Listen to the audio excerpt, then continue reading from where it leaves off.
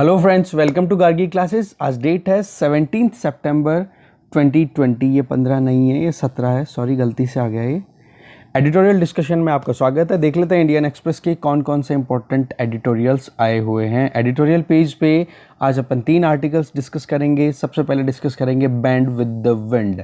किस तरीके से इकोनॉमिक क्राइसिस को जो प्रीवियसली आए थे 2013-14 के टाइम पे ब्राज़ील में, तो कैसे टैकल किया और आज पेंडेमिक के टाइम पे क्या एक स्ट्रेटजीज़ को फॉलो कर रहा है ब्राज़ील, वो अपन जानने की कोशिश करेंगे और वहाँ से कुछ लेसन्स लेंगे कि किस तरीके से इंडिया में भी ये चीज़ें अपन कर सकते हैं। नंबर 1। दूसरा आर्टिकल अपन बात करेंगे सॉरी योर लॉर्डशिप। अभी जो सुदर्शन टीवी का जो इशू चल रहा है उस पर सुप्रीम कोर्ट ने जो अपना वर्डिक्ट दिया है, 3 जजेस की जो बेंच बैठी थी उसने, तो उससे रिलेटेड ही आर्टिकल है, वो अपन डिस्कस करेंगे।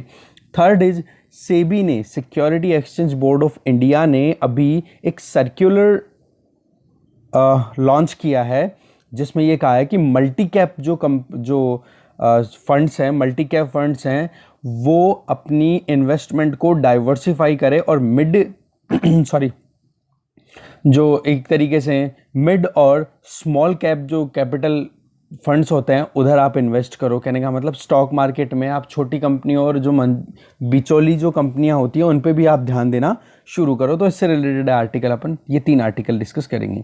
ये आर्टिकल पर्सनैलिटी स्पेसिफिक है। स्वामी अग्निवेश, जिनका अभी डेथ हुई थी कुछ दिनों पहले, तो उनसे रिलेटेड है। तो थोड़ा सा आप देख सकते हो उसके अंदर, आप कुछ जो सेक्युलर जो इश्यूज होते हैं उनको टैकल कर सकते हैं। बाकी ये पर्सनैलिटी पॉइंट ऑफ व्यू से ज़्यादा है, तो अभी इतना ज़्यादा मुझे लगता नहीं इम्पोर्टेंट है ये। फिर भी आप पढ़ना चाहो तो पढ़ लेना। ये है, इधर कैलिफोर्निया के जंगलों में आग लग गई, तो किस तरीके से इस इशू को भी पॉलिटिसाइज किया जा रहा है। ओके, वहाँ पे तो ये कहीं ना कहीं एक डिजास्टरस चीज़ हो जाती है जब एक इम्पॉलिटिसाइजेबल चीज़ों को, जिन चीज़ों को पॉलिटिक्स में नहीं लेना चाहिए, उनको भी अगर पॉलिटिक्स में आप लेके आ जाते हो तो वो ज़्यादा ग्रेव सिचुएशन बन जाती है। तो इसमें केवल अमेरिकन पॉलिटिक्स, जो जो बाइडन डेमोक्रेट है और एक तरफ रिपब्लिकन पार्टी के जो लीडर हैं, मेन अभी प्रेसिडेंशियलशिप में जो लीड कर रहे हैं डोनाल्ड ट्रंप, करंट जो प्रेसिडेंट है अमेरिका के, वो ठीक है। तो यहाँ पे पॉलिटिक्स ज़्यादा है। बस ये है कि क्लाइमेट चेंज की वजह से जंगलों में आग लगातार लगती जा रही है, चाहे वो अमेज़न जंगल हो या फिर आप देख लो ऑस्ट्रेलिया में जंगलों में आग लगनी, या फिर अब बात कर लो कैलिफोर्निया के जंगलों में आग लगनी। ठीक है, ये एक काम की चीज़ निकल के आती है। बाकी डोमेस्टिक पॉलिटिक्स अब अपने काम की इतनी ज़्यादा है नहीं। तो चलिए स्टार्ट करते हैं। First article, band with the wind, हवा के साथ में झुको। ठीक है, ये आर्टिकल लिखा गया है जहांगीर अजीज के द्वारा। देखो, अगर हम कर्सरी रीडिंग मतलब फौरी तौर पे ब्राज़ील की रीसेंट हिस्ट्री को अगर देखें तो हम देख पाएंगे कि किस तरीके से गवर्नमेंट स्पेंडिंग पे, गवर्नमेंट जो खर्चा करती है उस पर जब कैप लगा दिया जाता है, उसको लिमिट कर दिया जाता है, उस पर सीलिंग लगा दी जाती है, तो कैसे ब्राज़ील ने 2016 में जो क्राइसिस देखे गए थे उनसे अपने आप को रेस्क्यू किया है, खुद को बचाया है इकोनॉमिक क्राइसिस से।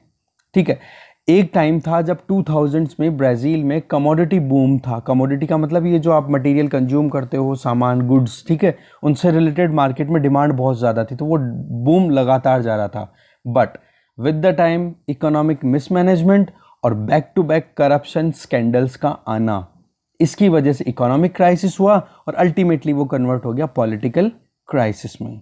2014 से 16 के बीच में जब ये इकोनॉमिक और पॉलिटिकल क्राइसिस देखे गए थे ब्राज़ील में, उसका एंड तब होता है जब 14 साल से लगातार रूल करने वाली party, workers party of Brazil, that is upon short में पीटी बोलेंगे, जिसने रूल किया उसका रूल भी खत्म हो जाता है। क्योंकि जब आप मिसमैनेज करोगे, और इकोनॉमी तो आज सबसे इंपॉर्टेंट चीज़ है। आज चाइना क्यों अपने आप को असर्ट कर पा रहा है भाई? इकोनॉमिकली स्ट्रांग है इसीलिए ना। तो इकोनॉमी तो बहुत इंपॉर्टेंट फैक्टर हो चुका है। तो पीटी का जो टाइम था, दैट मीन्स वर्कर्स पार्टी का जो टाइम था ब्राज़ील में, उस टाइम पे बहुत सारे सोशल प्रोग्राम्स इंप्लीमेंट किए थे उन, जैसे कि बोल्सा फैमिलिया। बोल्सा फैमिलिया मतलब अपने बीपीएल वाला जो प्रोग्राम होता है ना, उस तरीके से होता है वहाँ पे।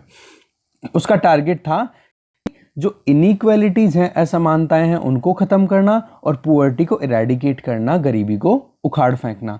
ये 2 टारगेट थे। इस तरीके के बहुत सारे सोशल प्रोग्राम जैसे कि इंडिया में भी चलते रहते हैं। अगर इन प्रोग्राम्स का असेसमेंट करें अपन, तो हमें अपने को पता पड़ता है कि वाकई में लोगों का लिविंग स्टैंडर्ड जो है वो तो इम्प्रूव हुआ है। जैसे कि इनकम लेवल देखो, हेल्थ लेवल देखो, एजुकेशन, इनमें सब में इम्प्रूवमेंट हुआ है।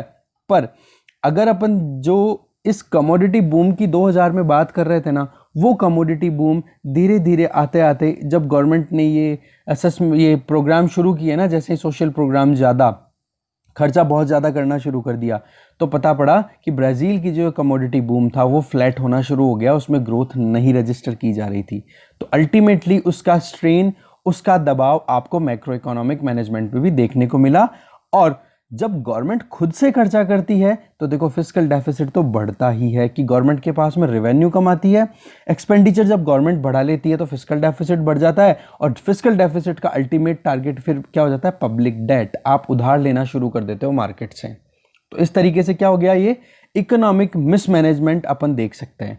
और इसका रिजल्ट हुआ 2013 में जो टेम्पर टेंट्रम देखा गया था यूएस में और वर्ल्ड ओवर। मतलब जो शेयर मार्केट था वो बिल्कुल से मतलब अटका हुआ था, ठीक है। तो उस वजह से इकोनॉमिक रिसेशन का सामना करना पड़ा, करप्शन लगातार हो ही रहे थे। तो अल्टीमेटली पॉलिटिकल क्राइसिस की वजह से economic crisis turn into political crisis, और पॉलिटिकल क्राइसिस की वजह से जो वर्कर्स पार्टी थी उसका रूल खत्म हो जाता है। और result unemployment, inflation, fiscal deficit जो कि डबल डिजिट में चल रही थी उस टाइम पे, 2016 के टाइम की बात कर रहे हैं अभी, है ना। तो इस तरीके से ब्राज़ील में क्या सिचुएशन चल रही थी, क्या उसको आज के टाइम पे इंडिया में जो सिचुएशन बन रही है उसको अपन समझ सकते हैं, कहीं ना कहीं अपन मैच कर सकते हैं। इसके बाद में बहुत सारे एफर्ट्स किए गए कि किस तरीके से इन पॉलिसीज़ को रीअलाइन किया जाए और एक क्रेडिबल पॉलिसी बनाई जाए जिसकी इफेक्टिवनेस ग्राउंड लेवल पे देखी जाए। तो इंटरिम गवर्नमेंट बनती है ब्राज़ील में 2016 लेट में, और उन्होंने एक कॉन्स्टिट्यूशनल अमेंडमेंट लिया। और कॉन्स्टिट्यूशनल अमेंडमेंट में क्या दिया कि भाई गवर्नमेंट एक्सपेंडिचर है ना उसको अब कैप कर दो, उसकी लिमिट फिक्स कर दो। हाँ, ये बात ठीक है कि जो ऑलरेडी डेट है, कर्जा है, उसको चुकाने को हमें कंसिडर नहीं करना, वो तो चलो देना ही पड़ेगा आपको ब्याज तो, बट अब जो नया खर्चा जो गवर्नमेंट करेगी उसको लिमिट कर दिया गया।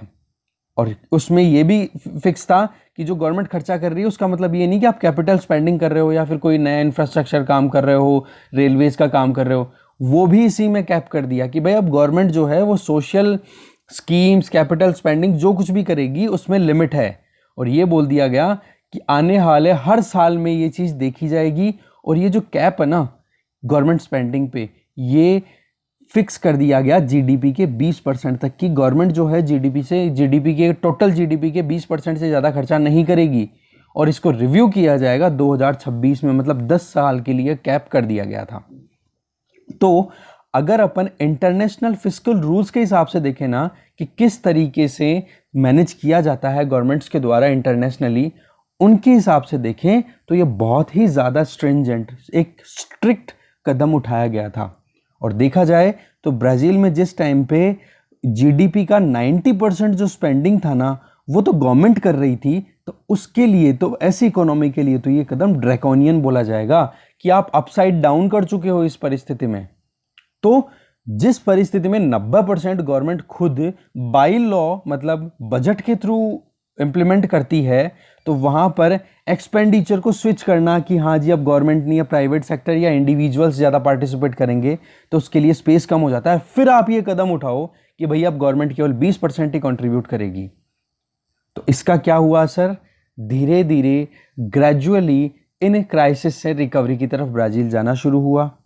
ठीक है, हाँ, ये बहुत इंपॉर्टेंट चीज़ होती है कि जब भी कोई इकोनॉमिक क्राइसिस का सामना करती है तो उसमें स्ट्रक्चरल रिफॉर्म्स लाने की ज़रूरत होती है, चाहे लेबर लॉज से रिलेटेड हो, लैंड एक्विजिशन से रिलेटेड लॉज हो, या फिर ईज ऑफ डूइंग बिजनेस जो अपना मेन सेगमेंट है, तो उसको प्रोमोट करने के लिए कहीं ना कहीं स्ट्रक्चरल रिफॉर्म्स की ज़रूरत है। हाँ, सोशल सिक्योरिटी सिस्टम है उसको थोड़ा सा साइड में रखना होता है, क्योंकि इनइक्वालिटी भी एक तरीके से हर एक कंट्री का टारगेट होता है कि उसे ख़त्म किया जाए, पुअर लोगों को अपलिफ्ट किया जाए। ठीक है, तो अल्टीमेटली ब्राज़ील धीरे धीरे ग्रेजुअली क्राइसिस से बाहर निकलना शुरू हो गया था। और जो स्पेंडिंग कैपिंग थी ना 20% ऑफ जीडीपी की, वो एक ट्रांसपेरेंट मैनर में इंप्लीमेंट की जा रही थी, जिससे कि मैक्रो इकोनॉमिक स्टेबिलिटी को रीस्टोर करने में ब्राज़ील कहीं ना कहीं सफल होता हुआ दिखाई दे रहा था। ठीक है, इन्फ्लेशन जो 2016 में डबल डिजिट की रैंक में चल रही थी, 10% थी, उसको 2.5% तक लेके आ गए। और पॉलिसी इंटरेस्ट रेट थी जो सेंट्रल बैंक डिसाइड करता था, तो 2016 में 14% तक जो चल रही थी वो अब कम होकर के 2% आ गई है। तो इतना डिफरेंस अपन देख सकते हैं कि स्टेट जब खुद से एक जीडीपी का कुछ एक पर्टिकुलर फैक्टर, जैसे आज ये ब्राज़ील का एग्जांपल लिया तो 5वां हिस्सा ही तो स्पेंड कर रहा है ब्राज़ील की गवर्नमेंट, तो इससे कितना इम्पैक्ट आया, कितनी रिकवरी हुई, कितना एक मार्केट मैनेजमेंट ईजी हो जाता है। बट होता क्या है, अब ये कोविड-19 आ गया, तो जो स्पेंडिंग की जो कैप थी ना, इसको अभी हटाना पड़ा है। रीज़न बीइंग कि कोविड-19 की वजह से जो इकोनॉमिक एक्टिविटीज़ थी वो सारी हट चुकी हैं। अब वो इकोनॉमिक एक्टिविटीज़ ही परफॉर्म नहीं होंगी तो गवर्नमेंट के पास रेवेन्यू नहीं आएगी। अब प्राइवेट सेक्टर तो ऑल ओवर वर्ल्ड कोलैप्स किया हुआ पड़ा है, तो एडिशनल एक्सपेंडिचर ज़्यादा करने पड़े हैं अब जा करके गवर्नमेंट्स को, जिनमें से ब्राज़ील गवर्नमेंट ने भी किया। इनकम सपोर्ट इसमें सबसे इंपॉर्टेंट चीज़ थी कि जो प्राइवेट हाउस होल्ड्स हैं या जो भी फर्म्स हैं, एमएसएमईज हैं, उनको सपोर्ट दिया गया। क्यों? क्योंकि अल्टीमेटली डिमांड तो वहीं से जनरेट होगी, और डिमांड जब ग्राउंड लेवल से जनरेट होगी तो सप्लाई करने के लिए इकोनॉमिक एक्टिविटीज़ में ऑटोमेटिक इन्वेस्टमेंट भी बढ़ेगा, और जब इन्वेस्टमेंट बढ़ेगा तो इकोनॉमिक साइकिल चल जाएगी। तो अल्टीमेटली इंपॉर्टेंट चीज़ हो जाती है इनकम सपोर्ट देना, जिसको बोल्सा फैमिलिया नाम से जाना गया, जो कि अपने बीपीएल हाउस होल्ड को हमने जिस तरीके से दिया है ना प्रधानमंत्री गरीब कल्याण योजना के अंतर्गत, और जिस तरीके से जो कैश ट्रांसफ़र किया जनधन अकाउंट में, वो चीज़ की गई। और ये जो इनकम सपोर्ट दिया गया ना, ये ब्राज़ील की जीडीपी की 4.5% तक ये अमाउंट करता है। तो इस तरीके से ब्राज़ील में ये काम किया गया। तो ओवरऑल अगर मेजर्स अगर देखें जो ब्राज़ील गवर्नमेंट ने लिए हैं, तो वो देख सकते हैं कि 28% तक जीडीपी के बढ़ जाता है खर्चा, ठीक है। और इस जगह पे इकोनॉमिक एक्टिविटीज़ नहीं होती, तो रेवेन्यू की भी कमी है। तो ब्राज़ील में भी फिस्कल डेफिसिट जो 2019 में 6% ऑफ जीडीपी था, वो बढ़ के अब 17% तक जीडीपी का बढ़ चुका है। तो कहने का मतलब क्या है, ब्राज़ील जिसने क्राइसिस का सामना किया था 2013 टू 2016, तो उन्होंने रिफॉर्म लिए, कॉन्स्टिट्यूशनल अमेंडमेंट किया, गवर्नमेंट एक्सपेंडिचर पे कैपिंग लगाई, और उसके बाद में जैसे ही वो रिकवर कर रहे थे तो ये पेंडेमिक आउटब्रेक आ जाता है। ब्राज़ील जो है कोविड-19 के केसेस में इंडिया के इक्विवेलेंट ही खड़ा होता है, बट ब्राज़ील सक्सेसफुल हो गया है इन केसेस मतलब इन्फेक्शन के केसेस को स्टेबलाइज करने में। बट इंडिया में अभी केसेस लगातार बढ़ते जा रहे हैं, ठीक है। तो इस वजह से फिर ब्राज़ील ने क्या किया, अपनी खुद की इकोनॉमी को मोल्ड किया हवा के अकॉर्डिंग कि भाई पेंडेमिक है, इस टाइम पे अगर लोगों को ही नहीं बचाया, लोगों को भूखे मरने से ही नहीं बचाया, तो फिर बाद में कैसी इकोनॉमी बचेगी फ्यूचर में। ब्राज़ील की इकोनॉमी कोलैप्स हुई है पिछले कोविड-19 आउटब्रेक के बाद में लगभग 33.5% तक, जो कि इंडिया की इकोनॉमी के कोलैप्स के सिर्फ हाफ ही है। इंडिया की इकोनॉमी तो पिछले महीनों में कितना कोलैप्स हुई है, 67.2% तक कोलैप्स हुई है, ठीक है। तो इंडिया जो है वर्ल्ड में अगर इस कोलैप्स के पॉइंट ऑफ व्यू से देखा जाए ना, जीडीपी के कोलैप्स में कोविड-19 के ड्यूरिंग, तो पेरू के बाद में सेकंड कंट्री है। आप देख सकते हो कि कितना जबरदस्त शॉक दिया है इस पेंडेमिक की वजह से इकोनॉमी को, ठीक है। अब होता क्या है, पब्लिक स्पेंडिंग है ना, वो ही अपने आप में एक इंपॉर्टेंट रोल प्ले कर सकती है। पब्लिक स्पेंडिंग का मतलब गवर्नमेंट अपना रोल प्ले करे, क्योंकि अब प्राइवेट डिमांड है, इंडिविजुअल्स की डिमांड देख लो, फर्म्स की डिमांड देख लो, वो भी कोलैप्स हुई है। उसी की वजह से तो मेन कोलैप्स देखा जा रहा है, ठीक है। आप खुद देखो कि पेंडेमिक से पहले आप अपनी ज़रूरतें कैसे पूरी किया करते थे, और आज आप खुद घर पे कितना क्राइसिस का सामना करते हुए देखते हो। छोटी छोटी चीज़ों के लिए बहुत कुछ सोचना पड़ता है। पेरेंट्स हैं वो स्कूल्स में धरना दे रहे हैं, कॉलेजेस ओपन नहीं हो रहे हैं, इकोनॉमिक एक्टिविटीज़ जा नहीं रही है। और रही सही में जो मोबिलिटी और इन्फेक्शन का जो लिंक है ना, उसने तो डर बैठा दिया कि अगर हम कहीं पर भी आएंगे जाएंगे तो हमारे बीमारी लग जाएगी। तो वो सारी चीज़ें कहीं ना कहीं कंस्ट्रेंट का काम कर रही हैं, एक लिमिट का काम कर रही है, जिसकी वजह से इकोनॉमिक एक्टिविटीज़ रिवाइव नहीं हो पा रही है। और इंडिया में देखा जाए तो ये ट्रेंड तो गवर्नमेंट के द्वारा हेल्प देने के बावजूद डिक्लाइन कर रही है इकोनॉमी, ठीक है। तो ब्राज़ील की इकोनॉमी को डिस्कस करना हमारे लिए इसलिए ज़रूरी है कि हम यहाँ से कुछ इंपॉर्टेंट पॉइंट्स ले सकते हैं। कैसे कि जब पॉलिसी को ज़रूरत पड़ी तो उन्होंने एक कड़क पॉलिसी बनाई, स्ट्रिक्ट पॉलिसी बनाई, और जब टाइम आया कि हवा कुछ और दिशा में जा रही है तो उन्होंने अपने आप को बेंड कर लिया, जहाँ पे जो जीडीपी का एक्सपेंडिचर धीरे धीरे करके 20% तक ला दिया, वो 28 तक चढ़ा दिया। दूसरा फिस्कल डेफिसिट, और ये देखोगे तो ओवरऑल 17% की इन्फ्लेशन चल रही है वहाँ पे। तो कैसे भी कुछ हो, ठीक है, आपको इकोनॉमी तो एक बार रिवाइव, सॉरी फिस्कल डेफिसिट 17%, मैंने गलत बोल दिया, 6% तो फिस्कल डेफिसिट था उस टाइम पे। जो रिफॉर्म्स किए कॉन्स्टिट्यूशन अमेंडमेंट के बाद में 17% अभी करंटली हो चुकी है फिस्कल डेफिसिट। तो कहने का मतलब है गवर्नमेंट को असर्टिव रोल प्ले करना पड़ेगा जब प्राइवेट विड्रॉ कर रहा है या प्राइवेट अपनी जगह पे रुका हुआ है, ठीक है। तो अभी ये जो टाइम है ना इकोनॉमिक स्लो डाउन का, तो इसमें ये सेकंड ऑप्शन हमारे लिए बहुत ज़रूरी हो जाता है इंप्लीमेंट करना, कि हम भी हवा के साथ में बेंड करें, ठीक है। तो जो फाइनेंशियल स्ट्रेस अभी आ रही है, जिसमें हम ये सोचें कि इन्फ्लेशनरी एक्सपेक्टेशन जो आरबीआई को दिया हुआ ना 4 ± 2%, वो हम अचीव कर पाएंगे, देखो ये तो पॉसिबल नहीं है। तो इस वजह से कहीं ना कहीं इन्फ्लेशन तो बढ़ेगी, तो सेंट्रल बैंक पे प्रेशर बनेगा कि वो अपनी पॉलिसी रेट्स को इंक्रीज करे, रेपो रेट इंक्रीज करे। अब repo rate, reverse repo rate की इंटरेस्ट रेट अगर ज़्यादा होगी तो बैंकों के पास, रिटेलर जो बैंक्स है, कॉमर्शियल बैंक्स हैं, उनके पास में पैसा नहीं होगा, और उनके पास पैसा नहीं होगा तो लोगों को क्रेडिट कैसे मिलेगा, और इंटरेस्ट रेट जब ज़्यादा होगी तो लोग क्यों लेंगे पैसा ब्याज पे, ओके।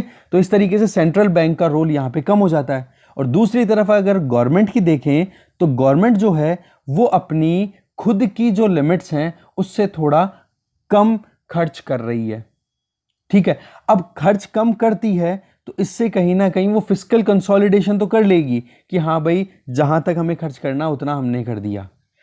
पर गवर्नमेंट अगर अपनी एक्सपेंडिचर्स को कंट्रोल करती है तो उससे एक तो क्या फायदा होता है कि फिस्कल कंसोलिडेशन आता है, मार्केट में एक सिस्टम जो है वो प्रॉपर वे में काम करता है। वही बात कि अगर गवर्नमेंट ने अगर ज़्यादा स्पेंडिंग करनी शुरू कर दी, पब्लिक स्पेंडिंग अगर बढ़ जाएगी, तो उस केस में क्या होता है कि और प्लेयर्स के पास में मार्केट में जगह नहीं रहती है। इसको बोलते हैं, क्या बोलते हैं उसको, प्राइवेट सेक्टर को आप क्राउड आउट कर रहे हो, ठीक है। जितने भी इकोनॉमिक सेगमेंट्स हैं उनको आप कैप्चर कर रहे हो। तो यहाँ पे राइटर ये बोल रहे हैं कि गवर्नमेंट खुद की स्पेंडिंग को तो करे कंट्रोल, पहली बात, और सेंट्रल बैंक को कंटिन्यूअसली कहे कि आप इंटरेस्ट रेट को लंबे टाइम तक, आने वाले 1-1.5 साल तक आप लो ही रखो। इससे क्या होगा, प्राइवेट सेक्टर जो है वो लो इंटरेस्ट रेट पे ब्याज लेगा, क्रेडिट लेगा और लोन लेगा, और फिर उसके बाद में अपनी खुद की जो बैलेंस शीट्स है उनको इंप्रूव करने की कोशिश करेगा। इसमें सेंट्रल बैंक का रोल भी फिक्स हो गया। सेंट्रल गवर्नमेंट का जो रोल है वो क्या हो सकता है, central government plus state government, कि कैसे भी करके इनकम सपोर्ट भी कंटिन्यूअस देते रहे जब तक कि ये प्राइवेट सेक्टर की बैलेंस शीट है वो इंप्रूव ना हो जाए। तो इस तरीके से गवर्नमेंट को खुद के एक्सपेंडिचर को तो कम करना चाहिए, और जो इस तरीके से जो सोशल स्कीम्स हैं या फिर कुछ भी है वहाँ पर एक वेल मैनर में उनको रेगुलेट करने की ज़रूरत है, और इनकम सपोर्ट की ज़रूरत है स्पेसिफिकली जो हाउस होल्ड्स हैं या जो छोटी फर्म्स हैं उनको। तो इससे क्या होगा कि अल्टीमेटली डिमांड तो वहीं से जनरेट होगी। अभी प्रॉब्लम जो इंडिया देख रहा है, जो फाइनेंशियल क्राइसिस कहीं ना कहीं सामने दिख रहे हैं, वो डिमांड के कोलैप्स होने की वजह से। तो हमें डिमांड क्रिएट करनी पड़ेगी, और जब ये डिमांड क्रिएट होगी तो हमारी इकोनॉमी अपने आप ही रिवाइव कर जाएगी। तो अभी राइटर ये बोल रहे हैं, और हमें जानने की भी ज़रूरत है, ये जो पेंडेमिक है ना, बीमारी है, ये कोई फाइनेंशियल क्राइसिस खुद में तो नहीं है, ये तो एक जो हेल्थ इंफ्रास्ट्रक्चर है या पब्लिक हेल्थ सिस्टम है उसके फेलियर की वजह है। ये तो फेल हुआ है public health infrastructure all over world, India में तो स्पेसिफिकली बात करें तो यहाँ पर ये हेल्थ क्राइसिस है ना, ये फाइनेंशियल क्राइसिस में आगे बढ़ता हुआ दिख जाएगा अगर हमने टाइम पे ये इनकम सपोर्ट नहीं दिया। तो डिबेट जो है वो फिस्कल पॉलिसी बेस्ड ज़्यादा हो रही है, ठीक है। फोकस होना चाहिए डिमांड के मैनेजमेंट पे भी, ठीक है। तो इनकम सपोर्ट है वो कहीं ना कहीं प्राइवेट डिमांड में जो कोलैप्स हुआ है उसको कॉम्पनसेट कर सकता है, एडजस्ट कर सकता है, क्योंकि जब तक इन्फेक्शन और मोबिलिटी के बीच का ये लिंक है ना कि भाई घूमने फिरने गए तो बीमार हो जाएंगे, ये नहीं टूटता तब तक आप इनकम सपोर्ट दो। इससे क्या होगा, लोग अपने डिमांड्स बढ़ाएंगे घर बैठे और इकोनॉमी थोड़ा बहुत साइकिल पे चलेगी, और जैसे जैसे मोबिलिटी इंक्रीज हो आप अपने धीरे धीरे जो इनकम सपोर्ट है उनको विड्रॉ कर लो।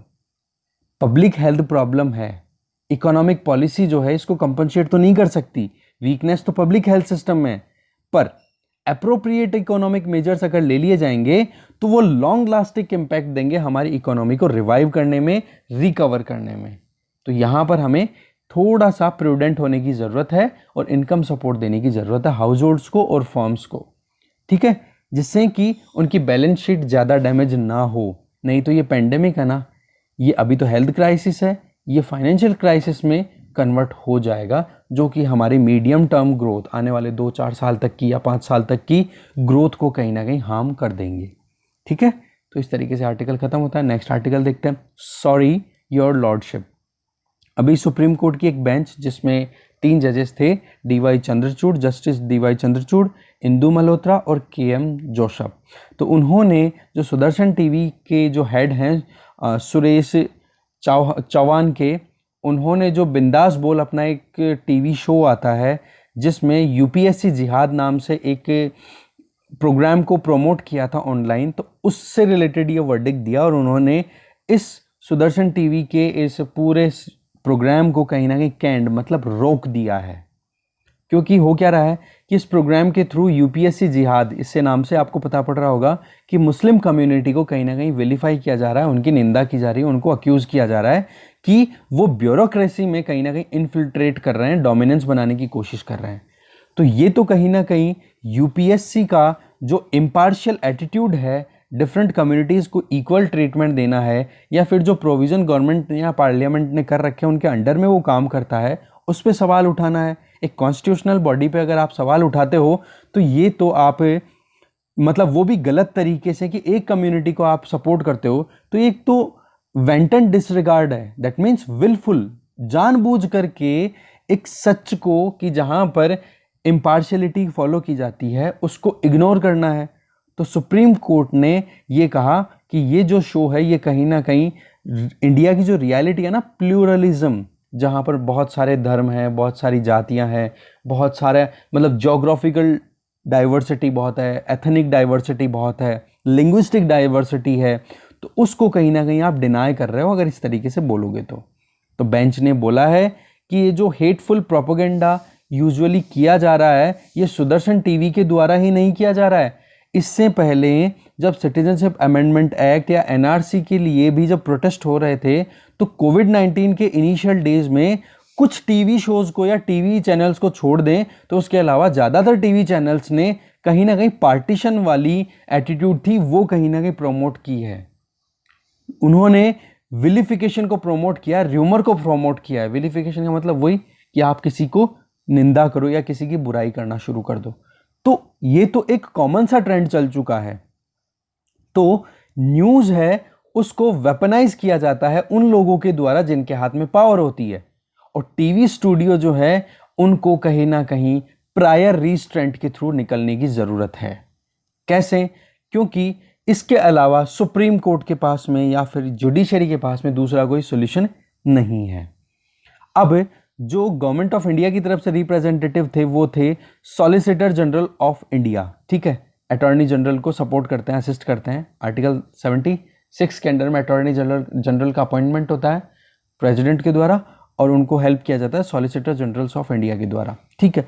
तो उन्होंने ये बोला कि किस एक्सटेंट तक दूसरे इंस्टीट्यूशन मीडिया को रेगुलेट कर सकते हैं, क्योंकि मीडिया को रेगुलेट करने के लिए जो इंस्टीट्यूशंस हैं वो अगर खुद से करें या मीडिया खुद से मतलब सेल्फ रेगुलेट होकर के फिर प्रोग्राम को इम्प्लीमेंट करे, वहाँ पर अगर दूसरे इंस्टीट्यूशंस अगर इंटरप्ट करेंगे तो किस हद तक जाएंगे, ठीक है। अब बात आती है कि इस पूरे केस की टाइमलाइन क्या है। देखो 28 अगस्त को कोर्ट में केस आया था और कोर्ट ने कहा, बोला प्री ब्रॉडकास्ट इंटरलॉक्यूटरी इंजंक्शन, मतलब इसमें हम हमारा अभी हस्तक्षेप नहीं डालेंगे। तो कोर्ट ने डिक्लाइन कर दिया था इस इशू को लेने से। फिर सितंबर 9 को इसी चीज़ को ध्यान में देते हुए सेंट्रल गवर्नमेंट ने कहा कि बोला आप अपना जो शो है उसको ट्रांसमिट कर सकते हो इसके एपिसोड को, और पर ये ध्यान रखना है कि जो प्रोग्राम का कोड है ना, जो एक कोड ऑफ कंडक्ट होता है, किसी भी एक स्टैंडर्ड ऑपरेटिंग प्रोसीजर्स होते हैं, आप उनको ब्रीच मत करना, उनको वायलेट मत करना। फिर उसके बाद में सुप्रीम कोर्ट की अभी जो करंट ये 3 जजेस की बेंच है, उन्होंने ध्यान दिया कि अब सर्कमस्टांसेस कुछ महीनों में बदले हैं। अब क्या है, कम्युनिटी हेट्रेड जो है वो लगातार बढ़ता जा रहा है। जिसकी वजह से आप देख सकते हो ये जो एपिसोड है, ये जो शो है ना यूपीएससी जिहाद, ये कहीं ना कहीं कोड को वायलेट करता हुआ दिखाई देता है। तो बेंच ने ये कहा कि सर्कमस्टांसेस चेंज हो गई, इसकी वजह से हम केस को अब लेंगे। तो होता क्या है कि अभी जो भी इतना मतलब हाल खराब है इंडिया के अंदर कि इंस्टेबिलिटी इतनी है कि आप अगर एक हेटफुल स्पीच दे दोगे तो वो जंगल में आग की तरह फैलती है ना, वैसे फैल जाएगी। अब न्यूज़ तो थोड़ी देर आएगी पर सोशल मीडिया पे वो प्रमोशन लगता जाता है। तो इससे क्या होता है, वायलेंस क्रिएट होती है, वायलेंस की शुरुआत होती है। तो इस चीज को ध्यान में रखते हुए जस्टिस चंद्रचूड़ ने यह कहा कि सेल्फ रेगुलेशन जो है वो अपने आप में बहुत ज्यादा जरूरी होती है। इसको अभी रिगरसली एक्सप्लोर करने की जरूरत है, बहुत ज्यादा मेहनत करने की जरूरत है इस पे कि किस तरीके से एक इंस्टीट्यूशन खुद को कंट्रोल कर सकता है करंट सिनेरियोज को देख करके कि उसके एक इवेंट या एक एक्ट की वजह से कितनी इंस्टेबिलिटी आ सकती है थ्रू आउट कंट्री। तो ये प्रायर रिस्ट्रेंट है ना, ये हाईएस्ट कोर्ट का एक इम्प्राइमेच्योर है। इम्प्राइमेच्योर का मतलब क्या होता है, कैथोलिक चर्चेज जो होते हैं उधर यूरोप में, तो उनमें क्या अथॉरिटी होती है, पर्सनल किसी को अथॉरिटी प्रोवाइड की जाती है। तो ये तो कहीं ना कहीं हाई कोर्ट की, हाईएस्ट कोर्ट की प्रायर रेस्ट्रेंट जो है ना, प्रायर रेस्ट्रेंट का मतलब कि आप किसी को कुछ करने से पहले ही रोक दो, तो कोर्ट तो ये काम कर सकता है, ठीक है। क्योंकि आज के टाइम पे या फिर अपन देखें सिचुएशन को, तो मॉब लिंच मतलब जो भीड़ इकट्ठा होकर के लोगों को मारती है, तो उस केस में एक छोटा सा कमेंट है ना, वो आप 2 मिनट में आग की तरह फैला सकते हो एक वायलेंस को। तो जो मोटिवेटेड पार्टीज हैं, जिनको परेशानी है किसी भी शो से, किसी भी चीज से, तो वो कोर्ट में आके ऑब्जेक्शन अपना रजिस्टर करा सकते हैं, जिससे कि रिस्ट्रेंट को क्लैंप किया जा सके। दैट मीन्स कि अगर इस तरीके से कोई प्रोग्राम आ रहा है जो वायलेंस क्रिएट कर सकता है, तो उनको रोका जा सके उस प्रोग्राम के ब्रॉडकास्ट होने से पहले पहले, ठीक है। अब होता क्या है कि न्यूज़ जो है वो तो उसकी तो लाइफ खुद की तो बहुत छोटी होती है, पर यहाँ पे कोर्ट एक चीज़ और बोल रहा है कि ये भी नहीं कि आप हर चीज़ के लिए ऑब्जेक्शन लेके आ जाओ। किसी टीवी शो के अगेंस्ट में आपको यूँ लगे कि हाँ ये तो चैनल ही बेकार है, तो आप बार बार में कोर्ट में जाओ और एक एप्लीकेशन अप्लाई कर दो कि भाई ये तो ऐसा काम कर रहा है, इसको रोको। तो अगर कोर्ट बार बार में ही हर एक न्यूज़ को ही अगर दबाना शुरू कर देगी, तो वो प्रोग्राम को भी तो एक तरीके से किल करने का काम ही हो गया ना। कहने का मतलब न्यूज़ चैनल्स हैं, उनकी ऑटोनॉमी भी रहनी चाहिए। कहने का मतलब उनका सेल्फ रेगुलेशन अच्छे से होना चाहिए। पर जहाँ पर हमारे देश की शांति या फिर जो नॉन वायलेंस जो सिस्टम हमारे यहाँ पे बना रहना चाहिए, नॉन वायलेंट सिस्टम, अहिंसक से पूरा तंत्र बने रहे, तो वो अच्छा है, उसको मेंटेन करना जरूरी है। तो कोर्ट ने ब्रॉडकास्टर एसोसिएशन को भी लताड़ लगाई, ये कहा कि भाई आप जो लीगल, एथिकल या रेगुलेटरी कंसर्न्स को एड्रेस करते हो इन टीवी चैनल्स पे, तो आप क्या केवल लेटर हेड पे ही हो या फिर कुछ करते भी हो या एग्जिस्ट भी करते हो कहीं पे? क्योंकि जो न्यूड ब्रॉडकास्टर एसोसिएशन है वो भी कहीं ना कहीं इसके पीछे, मतलब ये जो जितने भी न्यूज़ चैनल्स हैं इनको रेगुलेट करने में अपना रोल प्ले करती है। तो इनको भी कहीं ना कहीं अपनी अकाउंटेबिलिटी फिक्स करने की ज़रूरत है। तो कहने का मतलब अभी फ़िलहाल देखें तो केवल एक ही सोल्यूशन है इस तरीके की इश्यूज़ को टैकल करने के, जहाँ पर हेटफुल स्पीचेस न्यूज़ चैनल के थ्रू जा रहे हैं, वो है क्या? Prior restraint. ठीक है, तो इस तरीके से आर्टिकल भी कंप्लीट होता है। नेक्स्ट आर्टिकल देखते हैं, रेगुलेटरी अनसर्टेनिटी। ये आर्टिकल आया है इसलिए कि security exchange board of India ने एक सर्कुलर अभी स्पेसिफाई किया है और उसमें ये कहा है कि मल्टी कैप स्कीम जो है ना म्यूचुअल फंड की, उनको कम से कम 25% तो अपने पूरे एसेट्स का लार्ज में, स्मॉल कैप में और मिड कैप में, इन तीनों में डालना पड़ेगा। ठीक है, अभी तक क्या था कि ऐसा कोई एलोकेशन नहीं था, कोई क्राइटेरिया नहीं था, फिक्स ऑटोनॉमी थी पूरी की पूरी। अगर पहले की गाइडलाइंस को अगर अपन देखें तो केवल ये दिया हुआ था कि भाई आपको अपने 65% जितने भी शेयर्स है ना, आपकी जितना भी एसेट है उसका 65% आपको इन्वेस्टमेंट जो है वो इक्विटी में करना पड़ेगा। तो फंड मैनेजर जो होता है ना, जहाँ पे म्यूचुअल फंड क्या होता है कि छोटे छोटे इन्वेस्टर, आप जैसे मेरे जैसे छोटे छोटे इन्वेस्टर्स जो होते हैं, वो म्यूचुअल फंड में अपने शेयर, डायरेक्ट शेयर्स तो खरीद नहीं सकते, तो म्यूचुअल फंड में इन्वेस्ट कर देते हैं। और म्यूचुअल फंड में जब इन्वेस्ट करते हैं तो वहाँ पर बैठते हैं ये फंड मैनेजर, एक बंदा होता है, बहुत हाईली स्किल्ड होता है, टीम के साथ काम करता है।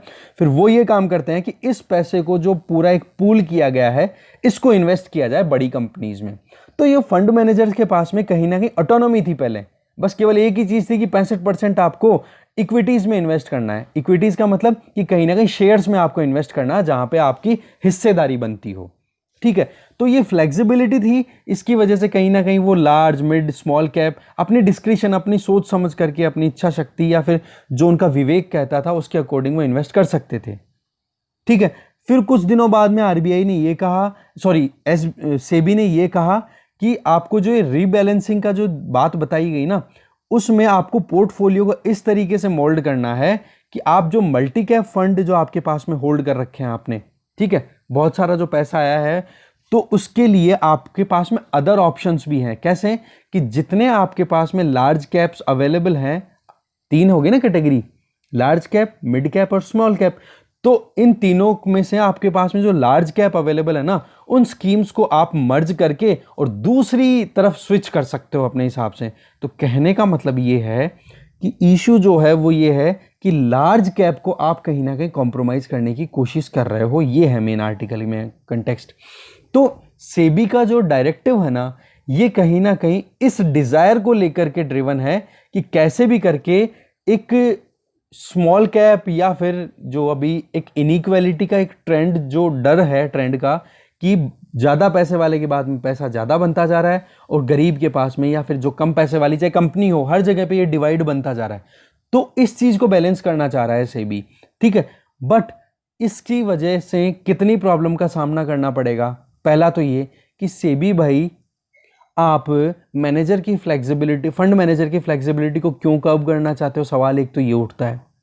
इसके बाद में कि आप जो कैरेक्टर को चेंज करना चाह रहे हो, देखो म्यूचुअल फंड क्या होता है, म्यूचुअल फंड के अंदर आप पैसा इन्वेस्ट करते हो और वहां पर रिस्क को और जितना आपको रिवर्ट मिल सके, आउटकम मिल सके, उसके अकॉर्डिंग फंड मैनेजर अपनी इन्वेस्ट करते हैं। तो आप अनसर्टेनिटी और रिस्क को साइड में कर करके आप कैसे किसी को प्रेशराइज कर सकते हो, फंड मैनेजर को, कि आपको लार्ज कैप की बजाय मिड कैप और स्मॉल कैप में भी ज़्यादा इन्वेस्ट करना पड़ेगा।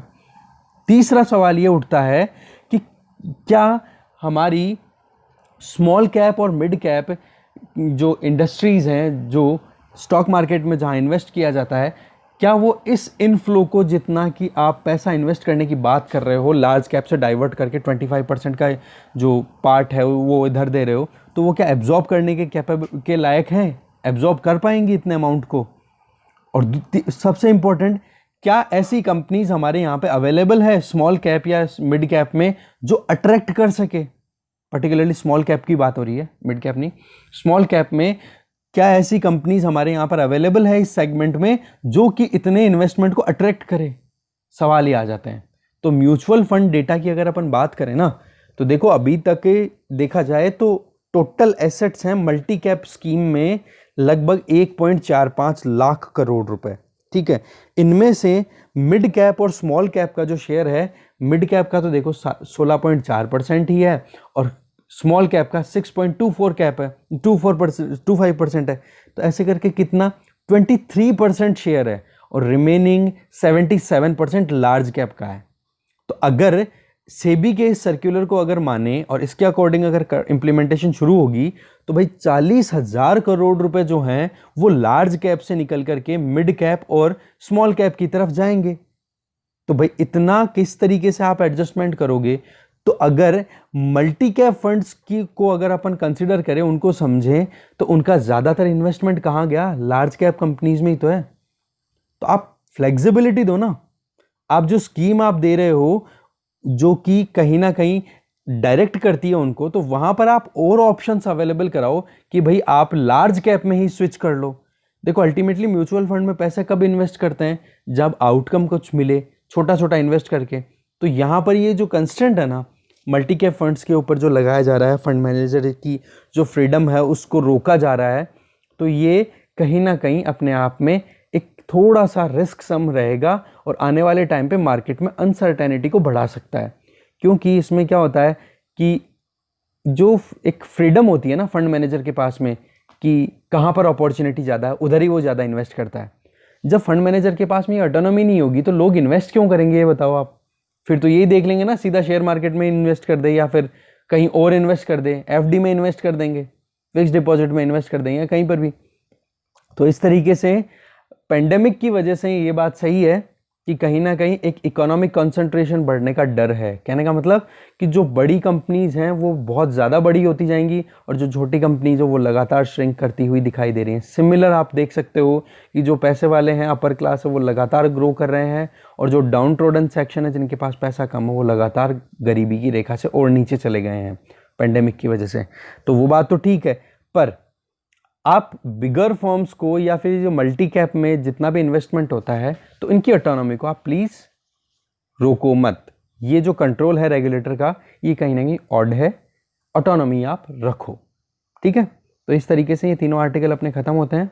अच्छा, एक चीज़ मैं आपसे जानना चाहूँगा कि अभी आप सेकंड पार्ट जो देखते हो, वैसे तो अभी तक जितने भी आप सुन रहे होंगे उन्होंने इसका मतलब ये वीडियो पूरा देखा होगा, तो आप कमेंट में ज़रूर ये देखें यस ये लिख दें जिससे मुझे आइडिया लग जाए कि सेकंड पार्ट को आप देखते हो या नहीं देखते हो, राइट। ये थोड़ा सा मेरा एक सर्वे है, आप इसमें मेरी हेल्प कर सकते हो, ठीक है। चलिए, थैंक यू। सेकंड पार्ट अब जल्दी आएगा।